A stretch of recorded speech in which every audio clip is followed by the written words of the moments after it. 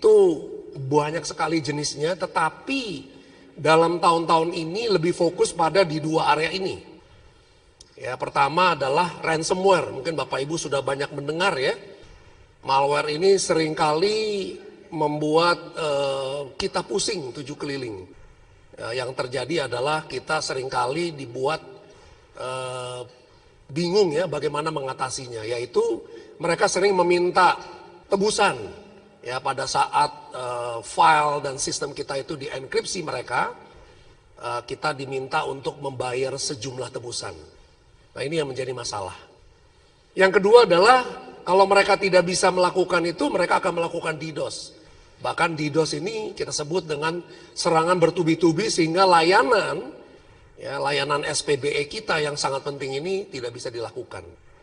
Nah, ini menjadi masalah yang cukup besar ya. Jadi ini memang salah satu yang saya highlight atau saya buat sebagai kotak penting lah ya. Nah, ini merupakan saya sebut sebagai bagian dari cara mereka untuk menyerang kita. Nah, Bapak Ibu, serangan mereka selalu kebanyakan menggunakan manusia. Nah, jadi Bapak Ibu, saya, semuanya ini menjadi target. Jadi kalau kita lihat di situ, attack surface atau permukaan yang paling sering diserang itu manusia. Caranya bagaimana? Nah, caranya mereka akan dengan cara bagaimana supaya Bapak Ibu bisa melakukan klik misalnya dokumen atau link, website, email dan seterusnya. Dan kalau kita lihat di sini ya dari data statistik ya peta ancaman siber tahun ini berdasarkan industri, pemerintah dan militer itu ada di peringkat kedua. Dan tadi kita membahas tentang pendidikan ada di ranking 1. Ya, kalau ada teman-teman dari BSSN, ini mungkin bisa ditanyakan. Ya, statistik di BSSN juga menyatakan ini sebagai kebenaran. Jadi Bapak Ibu, ini menjadi sasaran kita. Ya, jadi pemerintah daerah, pemerintah pusat itu menjadi sasaran. Nah, kalau kita bicara data kebocoran bukan hanya terjadi di Indonesia, di seluruh dunia. Ya, perusahaan-perusahaan besar pun bisa mengalami kebocoran data. Jadi ini sangat masif ya. Kebocoran data dari tahun 2004 sejak internet mulai digaungkan sampai sekarang itu luar biasa Bapak Ibu. Nah, ancaman siber di Indonesia bagaimana? Kalau tadi di dunia kita lihat secara statistik kebocoran data top 10 dunia, Indonesia ada di peringkat ke 1, 2, 3, 4, 5, 6, 7, 8. Ya, jadi tahun 2022 Indonesia ada di peringkat nomor 8 dari sisi kebocoran data di dunia. Nah, ini daftarnya Bapak Ibu, mungkin baru sebagian. Ya, biasanya karena saya bergerak di komunitas, teman-teman itu pada nelpon, Pak ini benar gak sih? Ya, jadi biasanya kita coba telepon ke lembaga yang terkait lah ya. Ya, biasanya benar. Nah, Bapak Ibu, ini yang saya mau sampaikan Bapak Ibu. Beberapa hal terkait kebocoran data di kelembagaan dan kementerian ya. Pertama, seringkali aplikasi yang memang harusnya di-maintain dengan baik, karena ada pergantian orang, ini tidak diserah terimakan dengan baik. Ya, kita sama-sama tahu ada terjadinya rotasi 2 tahun sekali. Nah, ini menjadi penyebab utama Bapak Ibu. Ya, kita sudah selidiki dan sudah kita buatkan statistiknya. Nah, yang kedua karena orangnya baru dan tidak diserah terimakan dan ya, server-server yang tidak bertuan ini karena tidak ada serah terima, ini menjadi bulan-bulanan hacker. Ya, belum lagi kita cerita banyak aplikasi yang sudah lama tidak pernah diupdate. Masih dipakai tapi masih sisa-sisa peninggalan zaman dulu katanya. Biasanya dalam bahasa Inggrisnya kita sebut sebagai legacy application. Kita cerita Cyber Security Index, Bapak Ibu. Indonesia juga diukur loh. Di ASEAN kita di ranking berapa Bapak Ibu? 1, 2, 3, 4, 5, 6, 7. Kita seharusnya menjadi abang ya dari semua kinerja. Tapi kenyataannya kita di ranking 7. Presiden Ramos, ya Marcos ya, itu sedang visitasi ke Indonesia. Indonesia merupakan negara pertama yang dipilih untuk visitasi. Ya, kedatangan dan kehadiran beliau di sini merupakan suatu kebanggaan buat kita. Tapi dari sisi keamanan siber, kita masih jauh. Bapak Ibu, ini perlu kita waspadai. Belum lagi kita di posisi dunia. Tahun 2018 Indonesia di ranking 73. Sekarang sudah meningkat di ranking 43.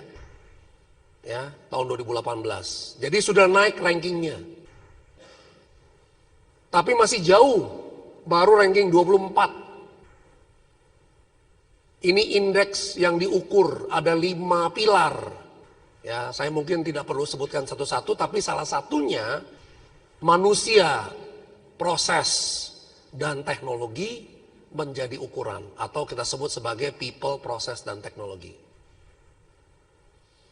Ini tadi sudah disampaikan, target BSSN untuk mensisetkan. Ya, mensisetkan artinya membuat setiap pemerintah daerah, kota, kabupaten, provinsi sudah punya siset, artinya punya tim untuk tanggap insiden. Karena ini penting. Makanya ini menjadi program strategis nasional dari BSSN. Dan Bapak Ibu di akademi pun tahun ini kita akan mendirikan secara resmi akademi siset. Ya, jadi tujuannya apa? Untuk melindungi universitas-universitas kita yang seringkali rentan. Ada 4.500 kampus di seluruh Indonesia. Dan ini perlu kita lindungi. Lalu sebenarnya keamanan informasi itu seperti apa sih? Nah, jadi secara sederhana Bapak Ibu ada 3 pilar untuk melindungi data. Jadi kalau kita sebut data itu aman atau secure, itu 3 hal. Yang pertama, ya tentunya harus konfidensial. Tidak ada orang yang ya harusnya tidak berkenan ya untuk bisa mengakses kita, data kita. Yang kedua tentunya orang tersebut harus punya otorisasi untuk merubah data kita.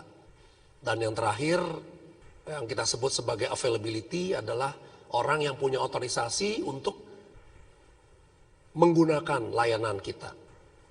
Nah itu 3-tiganya harus terpenuhi baru kita sebut aman. Jadi Bapak Ibu, keamanan itu bukan sesuatu yang mudah. Perlu diupayakan dengan baik, terutama di 3 pilar ini. Nah ini istilah-istilah Bapak Ibu saya tampilkan sederhana saja. Ada yang namanya computer security, ada yang namanya information security, ya, ada yang namanya cyber security. Semuanya itu kita sebut sebagai IT security gabungannya. Intinya perangkat komputer ataupun layanan informasi yang terkoneksi ke internet itu adalah bagian dari cyber security. Nah, serangan itu Bapak Ibu bisa dari dalam, bisa dari luar. Kita tahu serangan dari dalam itu justru lebih berbahaya yang dari luar. Kenapa? Karena orang-orang yang di dalam itu tahu persis aplikasi mana yang penting, aplikasi mana yang memang istilahnya paling bernilai, termasuk akun-akun ya, aplikasi ini dipegang oleh dia. Jadi ya, serangan daripada internal, insider threat kita sebutnya, itu lebih berbahaya dari eksternal. Permasalahannya adalah organisasi punya konsep yang namanya kepercayaan. Saya sudah percaya dia. Nah, permasalahannya adalah kalau orang yang kita percaya ini berbuat sesuatu yang di luar dugaan kita. Nah, oleh sebab itu kita harus punya cara berpikir Bapak Ibu. Ini yang kita sebut dengan the mindset. Cara berpikir yang bagaimana? Cara berpikir yang membuat supaya informasi ini bukan hanya sekedar informasi, tapi ada risikonya. Ya, jadi sepanjang informasi ini bernilai, maka harus diproteksi. Untuk bisa diproteksi, maka kita cara berpikirnya ada risikonya. Sebagai contoh Bapak Ibu, kalau kita punya kendaraan, ya mungkin harganya 200-an juta, 300-an juta, maka kita akan memasang alarm, sistem alarm untuk memproteksi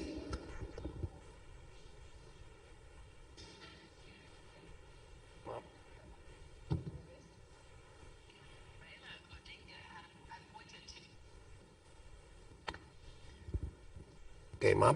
Jadi kalau kita lihat risiko ini akan ada. Risiko ini karena adanya tadi ancaman dari dalam dan dari luar, dan cara berpikir kita Bapak Ibu harus menjadi kunci. Jadi cara berpikirnya seperti apa? Bahwa semua ancaman itu adalah risiko.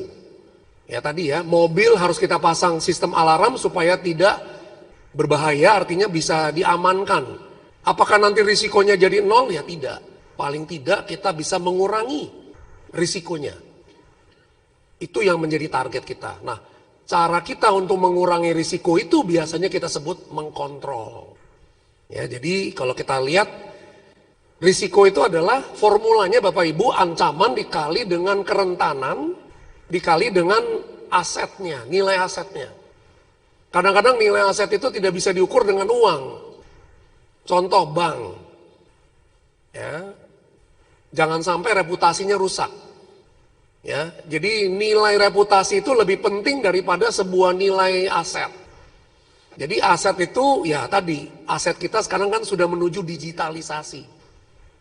Ya, semakin kita digitalisasi, aset kita semakin menuju ke informasi atau data yang kita harus lindungi. Nah, di bawahnya ini ada security control. Artinya bagaimana kita mengurangi resikonya dengan cara membuat supaya sistem tersebut itu lebih aman, lebih terkontrol. Apakah nanti risikonya nol? Ya tidak. Paling tidak kita bisa mengurangi.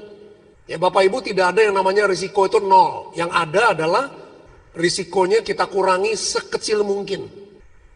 Ya seperti kita misalnya di Indonesia, kita tahu kita hidup di kepulauan yang selalu akan ada gempa bumi. Akan ada potensi tsunami. Yang kita bisa lakukan mengurangi risikonya. Ya, itu yang kita bisa lakukan. Nah, kalau kita lihat dari sisi evolusi bisnis Bapak Ibu, dari zamannya tahun 1900 sampai sekarang terjadi perpindahan model bisnis yang luar biasa. Dari yang kita sebut dengan mass production, ya, produksi massal, kemudian masuk ke era marketing, kemudian masuk ke era internet, ya, yang sifatnya semua kita mau online semuanya, sampai ke era yang kita sebut dengan customer centric. Semuanya yang berbicara customer. Customer is the king. Saat ini Bapak Ibu kita sudah masuk ke data is the king, atau kadang-kadang kita sebut data is the new oil. Ya, jadi minyak baru. Jadi informasi ini menjadi penting banget. Ya, data itu menjadi sebuah informasi yang sangat berharga, atau kita sebut dengan intangible asset. Nilai yang tidak terlihat. Komponen dalam transformasi digital Bapak Ibu, kita lihat di sini ada teknologi. Tadi Asar sudah mempresentasikan berbagai macam teknologi. Ada data yang harus diurus. Bukan saja dilindungi, tapi harus diproses dan dianalitik. Makanya sekarang lagi ramai yang namanya data science. Ya, dan tentunya bisa menggunakan teknologi seperti AI. Mulai ramai lagi kan. Artificial intelligence. Nah, pada akhirnya operasi kita harus efisien, atau bisnis model kita harus benar-benar mumpuni, supaya kalau nanti terjadi disrupsi, ada model bisnis yang lain, kita bisa sustain. kita bisa bertahan, bisa berkelanjutan Bapak Ibu. Nah pertanyaannya, kita siap nggak? Ini Indi 4.0 yang diinisiasi oleh Pak Jokowi, ya di industri 4.0, khususnya di Indonesia disebut Indi 4.0. Kalau kita lihat ada 5 pilar, manajemen, orang, produk, teknologi, dan operasi. Salah satunya juga teknologi itu ada keamanan siber.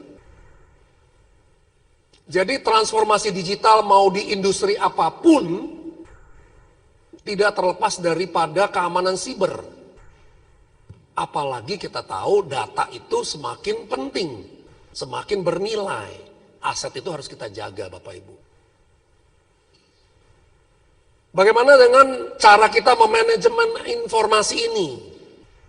Bapak Ibu, kapal Titanic itu bisa tenggelam bukan karena nabrak es yang ada terlihat itu. Kapal Titanic itu bisa tenggelam karena dia menabrak batu es yang tidak terlihat yang ada di bawah.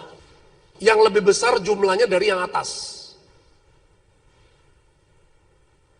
Jadi risiko yang kita lihat di permukaan saat ini, berbagai lembaga sedang diserang, itu hanya the tip of the iceberg, baru kelihatan di permukaan.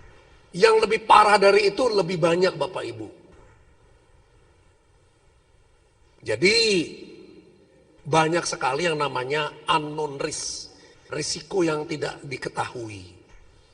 Caranya kita harus proaktif, kita harus reaktif. Nah, tanggap insiden adalah bagian dari untuk menangani kalau terjadi insiden. Tapi kan nggak hanya itu, kita juga harus proaktif. Jadi Bapak Ibu sama kayak kita menjaga kesehatan kita harus proaktif dan juga kita harus reaktif. Kalau sampai terjadi simptom atau ada gejala, kita harus melakukan sesuatu. Jadi inilah bagian dari bagaimana kita mengelola risiko Bapak Ibu. Nah, standar acuannya bagaimana Bapak Ibu? Standar acuannya ini. Tadi sudah disampaikan. Ada Perban BSSN nomor 4 tahun 2021. Oke. Di sini ada standar yang mengatakan keamanan data dan informasi, keamanan sistem penghubung layanan dan aplikasi SPBE. Dan ini ada beberapa pasal yang dipersiapkan untuk IKN. Jadi Perban ini sudah disiapkan untuk arah IKN. Jadi nanti keamanan jaringan intra di IKN itu akan menggunakan Perban 4 tahun 2021. Nah, 5 poin yang saya mau sampaikan Bapak Ibu adalah ini. Di dalamnya adalah nomor 1, kita perlu adanya edukasi kesadaran tentang keamanan siber. Dan ini harus continue. Tidak bisa sekali. Hanya ngomong di akhir dari acara. Tetapi harus menjadi sebuah kerutinan yang dilakukan secara serius. Ya, kalau memang itu penting dan nilai asetnya penting, kenapa kok cuma hanya ya seadanya? Nomor 2, penilaian kerentanan sama seperti tadi, ada Cyber Security Index. Ya, di BSSN sekarang sudah ada yang namanya TMPI, tingkat maturitas penanganan insiden, TMPI. Atau dulunya di Kominfo juga sudah ada namanya indeks kami, tapi diperbaiki untuk penanganan insiden. Jadi nanti ada indeks kami, ada indeks TMPI, Bapak Ibu.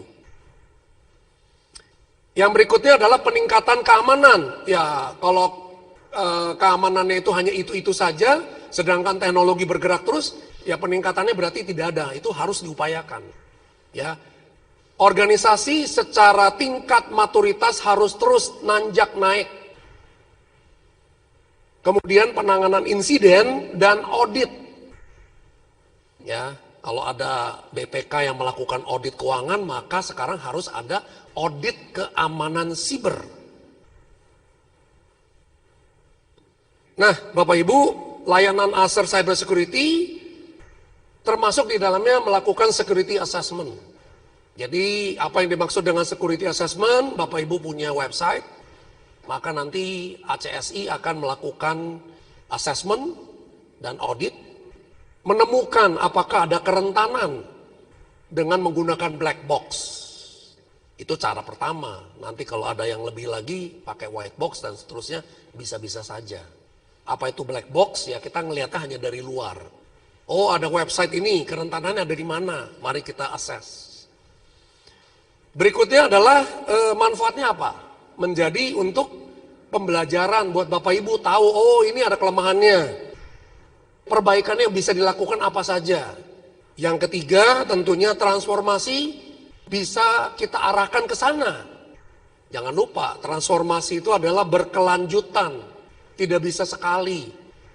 Improvement itu nggak bisa hanya sekali, harus terus berkelanjutan. Dan keamanan dan kemudian kesiapan layanannya. Ya jangan tiba-tiba layanannya mati. Di tengah-tengah sedang registrasi misalnya mati. Nah ini kan sangat-sangat memalukan sekali. Padahal dana sudah disiapkan. Hanya gara-gara keamanan sibernya tidak diperhatikan. Targetnya apa saja? Ya website tadi, aplikasi layanan, infrastruktur, layanan SPBE dan lain-lainnya. Yang memang menjadi titik-titik kerentanan atau titik-titik kemungkinan risiko itu menjadi tinggi. Nah, layanan NASER juga sudah dilakukan di berbagai ya kabupaten dan kota ya.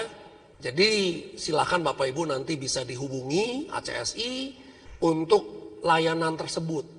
Ya tadi sudah disampaikan. Ini juga kelihatan di sini ya nanti berupa laporan. Jadi Bapak Ibu akan terima laporan. Ya mana yang merah, mana yang kuning, mana yang hijau. Yang merah berarti ini kritikal.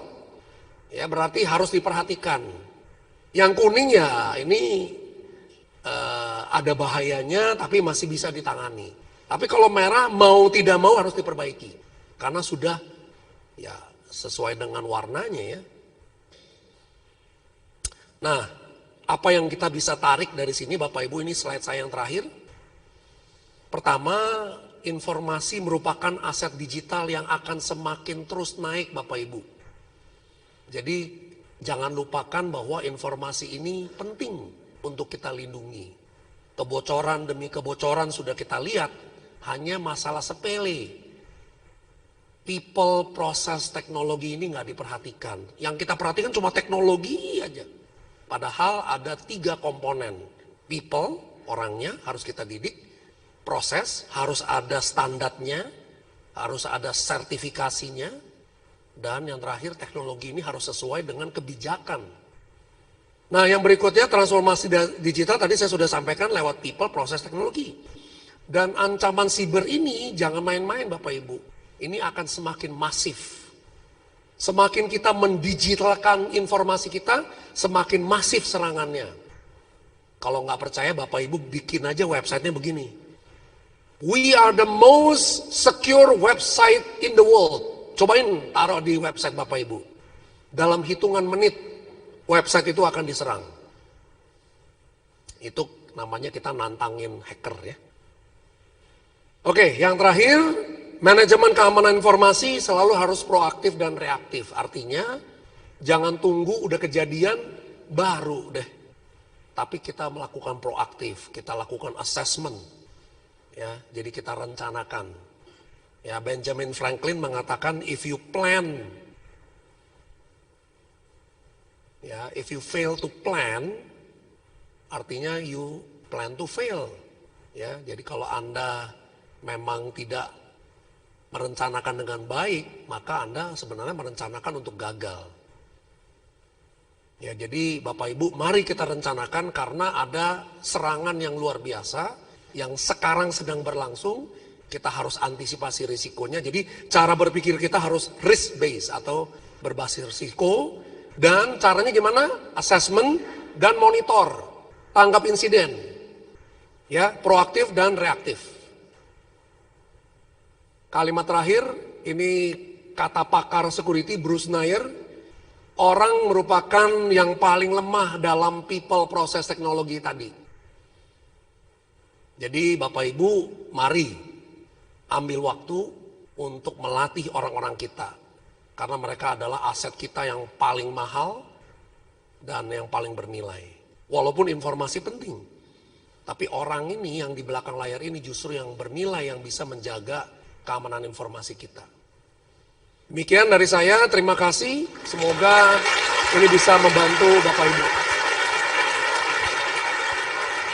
Terima kasih Dr. Charles atas pemaparannya. Jadi Bapak Ibu, dengan mendukung program nasional, Acer turut serta membangun bangsa melalui pemanfaatan sumber daya di Indonesia dan mendorong kemajuan industri serta ekonomi secara menyeluruh. Selanjutnya Bapak Ibu,